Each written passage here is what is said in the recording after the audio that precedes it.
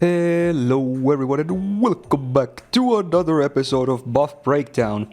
Anniversary 9 buffs have just started with today and we got double saber buffs. Now before we get into these, I do want to mention that they actually did respond to the coin fiasco already within 24 hours, so you can expect to see a second video right after this where I address the letter they put out and talk about it a little bit, but this video will focus on the new buffs first.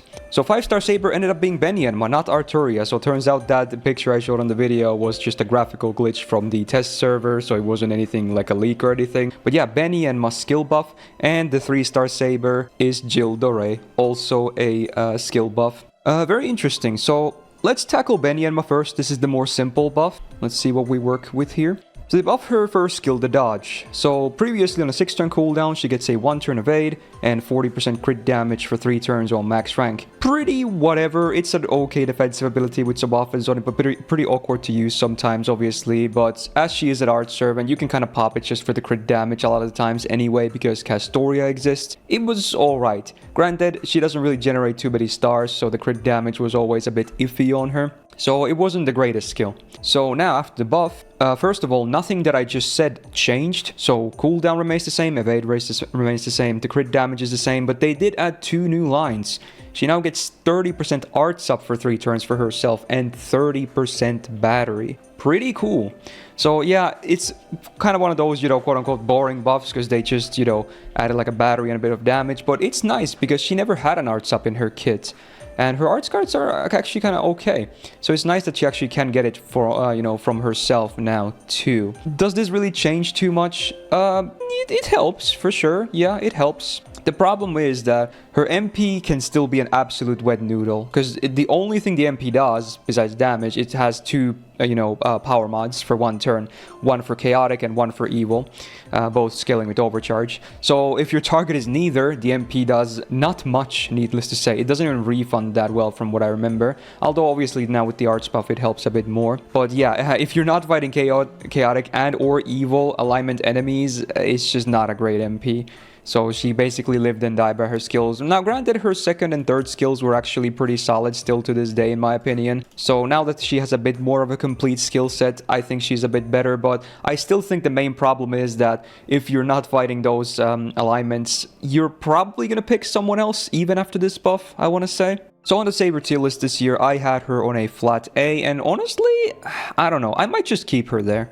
It's a nice addition, it boosts her power for sure, but overall, I don't think it really changes too many things for Beni Enma, but she's still a pretty solid saber, single target stuff, especially if you're fighting chaotic and or evil in the best case, then she can actually be even higher in the rankings, but that doesn't always happen, so I think for now, I'll just keep her in the A tier. Not too shabby. Still pretty good. Now the Gilles buff, here's a lot more stuff to unravel. They buffed his tactics, which great because it was completely useless on himself, first of all, which is never an ideal situation for any servant. And 2, tactics as a skill is still absolutely terrible as well. In fact, they've been buffing most of them over the years, and I'm not even sure if anyone even has a base tactics left after this. Maybe Caesar, potentially. There's not many left, and yeah, great that they buffed it for those 2 reasons.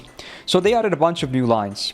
Let's go over them. So previously on a 5-turn cooldown, the full party gets 16% MP damage for 1 turn on max rank, which is absolutely horrible. Bottom tier skill, horrible excuse, nothing. It's just terrible. But now let's see. So again, much like with Beni Enma, all the stuff I just listed, nothing changed. They didn't even round up the MP damage number to like 20%, which I found kind of weird, but yeah, sure, 16% still.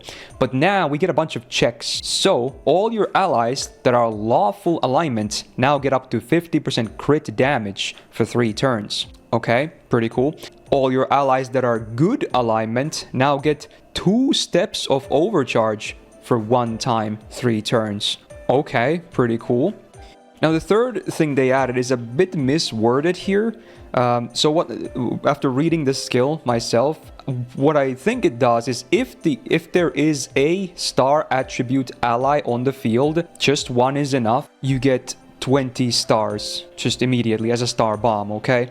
And then I think always you get 15 stars per turn as well for 3 turns. That's like the one new thing they added that has no checks on it. And that's attached to himself, not the allies. Now, funnily enough, regarding the alignments, I believe he himself is lawful good, so he will actually get the 50% crit damage and the overcharge boost. And his overcharge boost would make his MP on base go from 5 stars to 15 stars, which is not the biggest deal ever, but you know, it's still a free boost, I guess. Now, to get the 20 star bomb, you're gonna have to work a little bit harder, because I don't believe there's... Star attribute tends to be the rarest, I believe. He himself is a man attribute as well, so it's not like auto-triggered based on himself alone, so that's not a free effect. But at least the big 15 stars per turn always works, so I'm glad they did it that way, that the star bomb is the one tied to a star attribute ally being on the field instead of, you know, the stars per turn, which is the bigger one in this case. This is an interesting one. Now, obviously on a 5-turn cooldown, this skill is absolutely ridiculous. It would be even amazing on a 5-star servant, honestly. It's a completely jacked up, ridiculous skill. But I think the problem still is it's on him of all servants. He's still... I guess they're trying to make him go a support route, but this also, I guess, helps his damage a bit too, but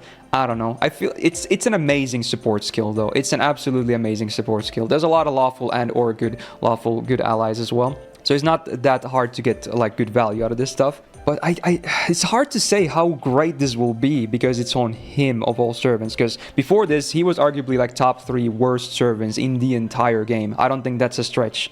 He was just that bad. His own DPSing with this, it'll go a bit high, but he's still going to be way too vulnerable most of the time, I feel like. Especially with the heavy demerit on his MP. He can just get, you know, one-shotted by a crit or something. It's just not very pretty. So, don't get me wrong, I do now really love this skill, though. It's absolutely unreal how much they did with this skill. So, it's really freaking good.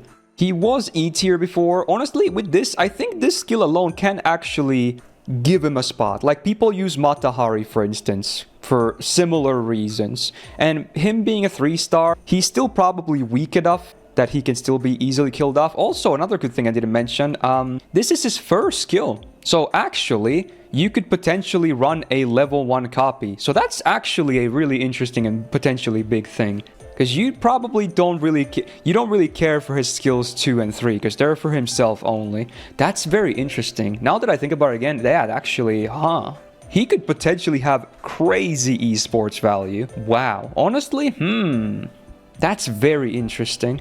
You could easily just, you know, plop him on the field, put this on, and then kill him in one hit. That is very interesting.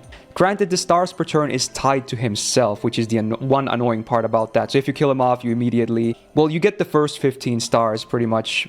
But then the 2 other turns, you would not get them. But it's still a good chunk of crit damage, potentially. That overcharge, you know...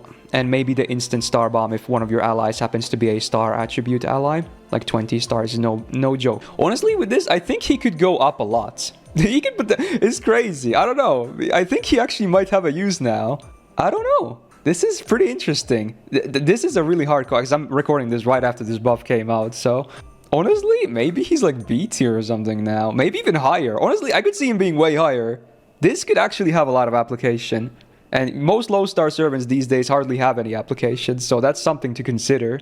Huh. Okay, take this how you will. I could be jumping the gun, or he might even go higher, but I don't think he's bottom tier anymore, because this actually will give him application. That is pretty cool. Okay, they actually found a way to somehow give him application. Very interesting.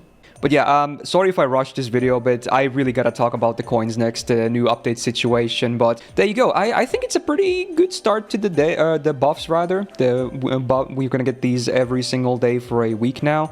2 buffs per day. And on that note, tomorrow we'll be getting a 5-star assassin buff and a 3-star caster buff. I'm hoping for maybe Jack, Semi-Ravis, you know, Lee is a personal bias, of course, for the 5-star.